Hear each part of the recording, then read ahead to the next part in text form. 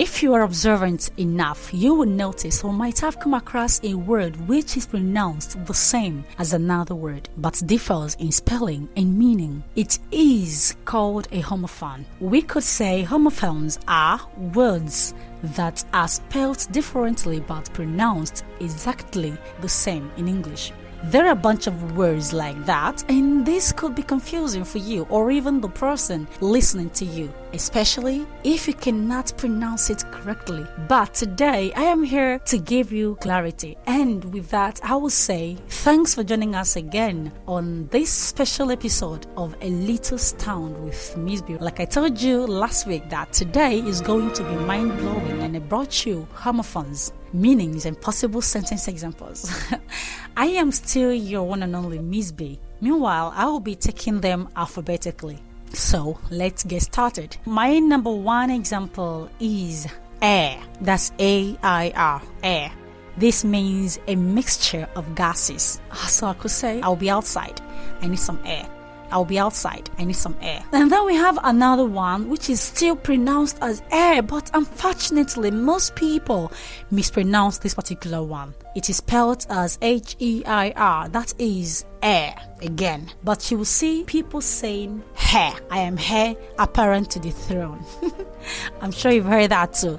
But my darling, the right pronunciation of this particular word is air. Just like you said air before, you can as well say air. Alright? So I am the heir to the throne, not hair. If you say hair, sorry, you are saying something different.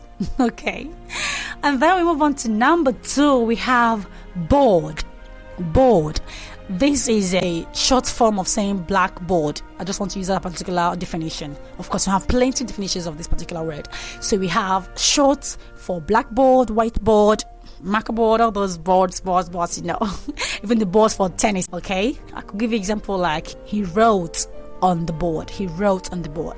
Okay, I will have another word that sounds like this, but it has different spelling and of course different meaning. That is bored. Again, this means a state of dejectedness, or probably say suffering from boredom. Have you heard of someone saying, I'm bored? Yes, I'm sure sometimes you use it.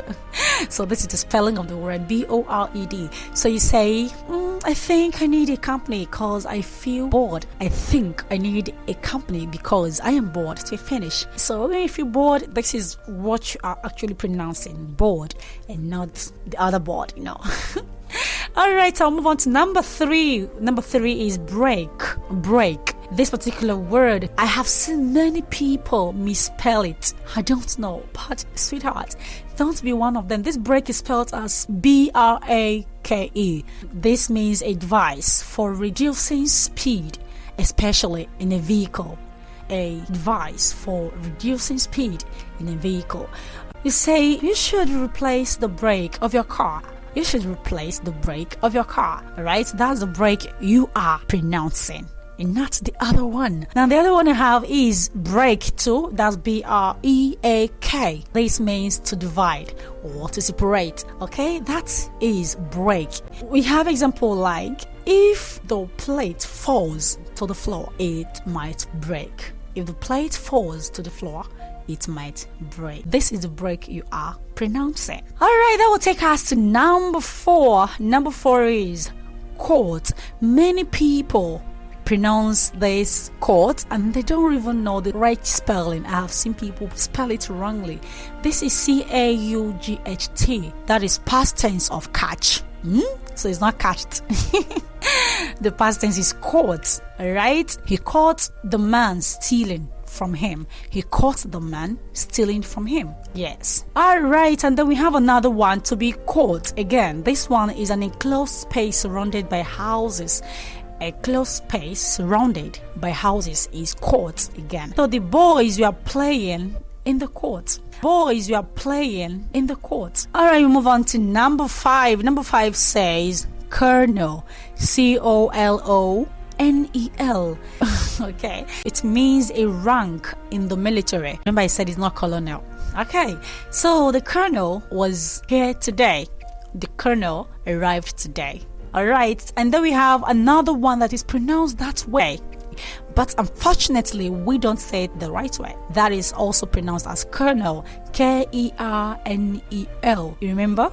Okay, let me explain. It means a part of a nut fruit inside a hard covering. Okay, it is a part of a fruit seed inside a hard covering. That is kernel.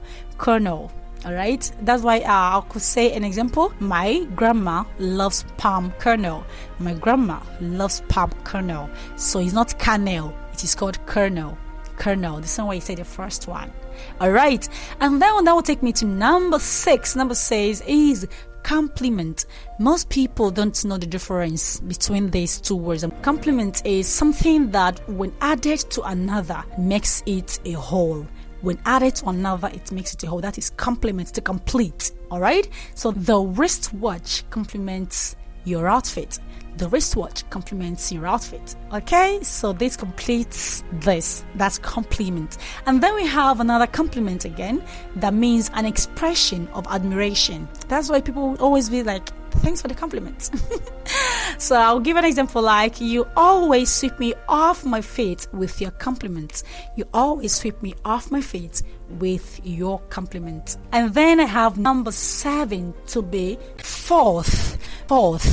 That means forward, onward. Those days we used to do debate black and so on and so forth. But most people don't know that the pronunciation of the word is fourth and not fourth. Okay. So I will give you an example like, from this day forth, I never want to see you again. From this day forth, I don't want to see you again. This means from this day forward, I don't want to see you again. And then I have another fourth. This fourth means next after third. Like say number 4. So that is fourth. So remember that the difference between this one is this particular one has U, but the first one I gave you doesn't have U. So that means you first of all spell 4, then you add TH. That means you not say fourth. That's number 4. Okay, this is the 4th time I am warning you to stay away. This is the 4th time I am warning you to stay away. And this is where I will be stopping for today. I wish I could give you more words. I want to remind you what we have done already. I gave you Heir. Please remember the differences. I won't be pronouncing it twice because you already know that it is pronounced the same way. Even if you're transcribing it, you see it is the same transcription. But there is a different spelling and of course meaning. Alright, so I gave you Heir, I gave you board, I gave you break, I gave you chords. We have kernel, we have complement, and then I also gave you fourth. These are the few ones I'll be able to give it today because of time. I think, tell me if I should continue with the examples or should I just list the words and probably give you the definition of that particular homophone. Alright, so that is it for today. Thank you very much, and until next week I will come your way again with another edition. So I am still one and only Miss B. Stay safe and bye.